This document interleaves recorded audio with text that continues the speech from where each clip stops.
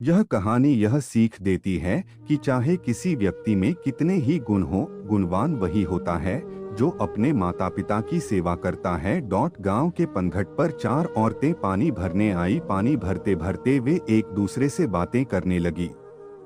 चारों के एक एक पुत्र थे। बातों बातों में उन्होंने अपने पुत्रों के गुणों का बखान करना प्रारंभ कर दिया। पहली औरत बोली, मेरा पुत्र बहुत सुरीली बांसुरी बजाता है। जो भी उसकी बांसुरी सुनता है मंत्रमुग्ध हो जाता है।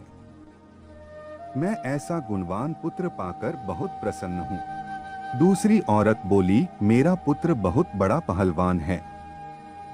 इस गांव में ही नहीं बल्कि दूर दूर के गांव में उसकी बहादुरी का डंका बजता है। ऐसा गुणवान पुत्र भगवान सबको दे। तीसरी औरत कहाँ पीछे रहती, वह बोली, मेरा पुत्र कुशाग्र बुद्धि है। उससे अधिक बुद्धिमान इस पूरे गांव में नहीं। लोग अपनी समस्याएं लेकर उसके पास आते हैं। मैं ऐसा पुत्र पाकर धन्य हो गई। चौथी औरत ने सबकी बातें सुनी लेकिन कहा कुछ भी नहीं। इस पर वे औरतें उससे कहने लगी, बहन तुम भी तो कुछ कहो ना, तुम्हारे पुत्र में क्या गुण है? कोई न कोई गुण तो उसमें अवश्य होगा। वह औरत बोली, क्या कहूं बहनों, मेरे पुत्र में तुम्हारे पुत्रों की तरह कोई गुण नहीं है। उसकी बात सुनकर तीनों औरतों ने गर्व ने अपना सिर उठा लिया। कुछ देर में सबने पानी भर लिया और वापस जाने के लिए अपना अपना घड़ा उठाने लगी। उसी समय पहली औरत का पुत्र हाथ में बांसुरी लिए वहां से गुजरा। उसने देखा कि उसकी मां पानी से भरा घड़ा नहीं उठा पा रही है, किंतु वह यह अनदेखा कर बांसुरी बजाते हुए वहां से चला गया। दूसरी औरत का पहलवान पुत्र कुछ ही दूरी पर मुदगर घुमा रहा था।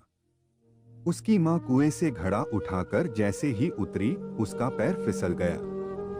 किसी प्रकार वह संभल गई, किंतु पहलवान पुत्र अपनी मां को नजर उठाकर देखने के बाद भी उसके पास नहीं आया और अपनी कसरत में लगा रहा। तीसरी औरत का पुत्र भी वहां से किताब पढ़ते हुए निकला। उसकी मां ने उससे कहा, पुत्र मैं दोनों हाथों से घड़ा पकड़े हुए हूं, ये रस्सी जरा मेरे कंधे पर डाल दे।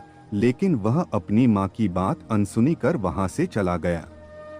तभी चौथी औरत का पुत्र वहां आया। अपनी मां के सिर पर घड़ा देख वह उसके पास गया और उसके सिर से घड़ा उतारकर अपने सिर पर रखकर चलने लगा। कुएं के पास बैठी एक बुढ़िया यह सब देख सुन रही थी। वह बोल पड़ी, मुझे तो यहाँ बस एक ही गुणवान पुत्र नजर आ रहा है, वही जो अपने सिर पर घड़ा लिए जा रहा है।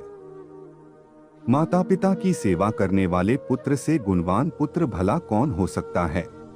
सीख, मोरल ऑफ द स्टोरी, गुणवान वही है जो अपने माता पिता की सेवा करे और साथ ही सबकी सहायता के लिए तत्पर रहे।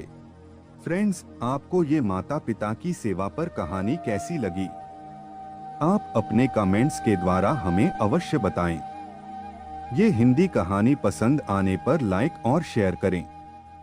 ऐसी ही और स्टोरीज इन हिंदी पढ़ने के लिए हमें सब्सक्राइब कर लें। थैंक्स।